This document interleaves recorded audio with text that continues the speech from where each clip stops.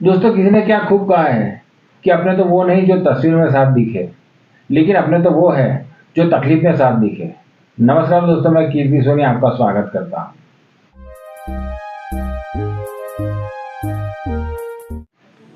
अभी सुबह होने वाली थी। एक बुजुर्ग आदमी रामलाल डॉक्टर के घर पहुंच गया और वहां जाके उन्होंने डोरबेल बजाई। डॉक्टर की वाइफ ने सोचा, इतनी जल्दी दरवाजे पर कौन आया है? दूध वाले को आने में अभी देर है, शायद न्यूज़पेपर वाला होगा। ये सोचते हुए उन्होंने दरवाजा खोला। रामलाल को देखते ही वो डॉक्टर मैडम बोली, अरे दादाजी, इतनी सुबह सुबह आप, क्या बात है? रामलाल जी उनके पेशेंट थे। डॉक्टर वाइफ उसे अच्छी तरह पहचानती थी। रामलाल जी ने कहा, मैडम, मैं डॉक्टर साहब से अपने अंगूठे के टाँके निकलवाने के लिए आया हूँ। मुझे थोड़ी जल्दी है, 9 बजे मुझे पहुंचना पड़ेगा। मैंने इतनी सुबह आपको तकलीफ दी, इसलिए मैं माफ़ी चाहता हूँ। मैडम ने रामलाल जी से कहा, कोई बात नहीं दादाजी, आप बैठो। डॉक्टर तो अभी सो रहे हैं, मैं उन्हें जगाती हूँ।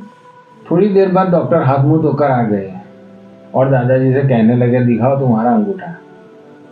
डॉक्टर ने टाँके निकाल दिए और ड्रेसिंग भी कर दी। डॉक्टर ने कहा, अब तुम्हारा जख्म ठीक हो गया है, मैंने पट्टी लगा दी है, अब आपको फिक्र करने की कोई ज़रूरत नहीं है। फिर डॉक्टर ने दादाजी से पूछा कि दादाजी, इतनी जल्दी सुबह आपको यहाँ आने की क्या ज़रूरत पड़ गई? जरा हमें भी तो बताओ। अगर कहीं तुम्हें जल्दी जाना हो तो मैं तुम्हें गाड़ी में छोड़ आता हूँ। रामलाल जी कहने लगे, नहीं डॉक्टर साहब, मुझे इनकी ज़रूरत नहीं है।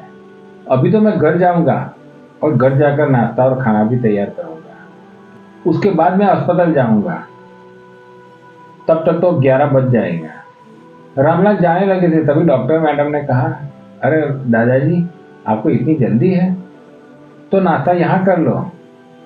जब तक तुम नाश्ता करोगे खाना भी तैयार हो जाएगा। तो रामलाल जी ने कहा, नहीं मैडम, अगर मैंने यहाँ नाश्ता कर लिया तो उसे कौन नाश्ता करवाएगा?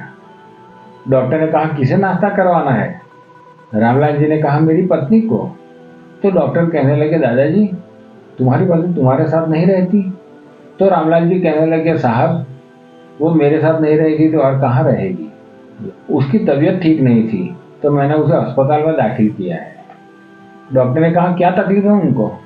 तो रामलाल जी कहने लगे, उसे अल्जाइमर हुआ है, उसकी याददाश्त चली गई है।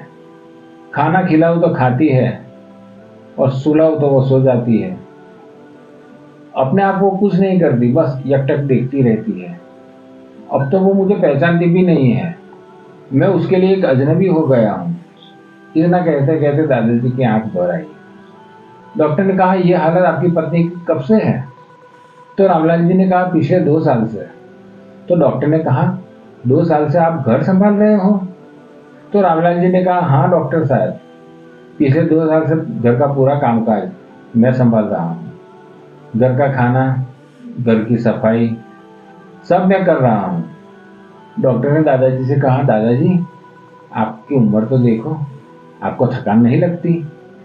तो रामलाल जी ने कहा, साहब, उसके सहारे तो मैं जिंदगी बिता रहा हूँ। अरे उसे देखते ही तो मेरे शरीर में शक्ति का प्रवाह बढ़ने लगता है।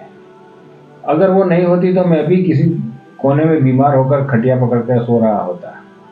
उसके लिए तो मैं जल्दी काम पर लग जाता हूँ सुबह उठकर, ताकि उसके साथ बैठकर उसे खाना खिला सकूँ और मैं खा सकूँ। मेरी पत्नी के साथ बैठकर साथ में खाना खाने का आनंद ही कुछ और होता है। डॉक्टर ने कहा, दादाजी, एक बात पूछूं आपसे?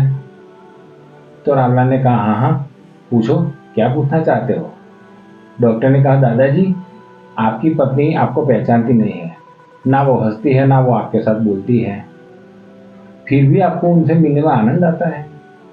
तब दादाजी ने क्या खूबसूरत जवाब दिया कि डॉक्टर साहब, वो मुझे नहीं पहचानती है कि मैं कौन हूँ, लेकिन मैं तो पहचानता हूँ ना कि वो कौन है। दोस्तों, इसे कहते हैं सच्चा प्यार।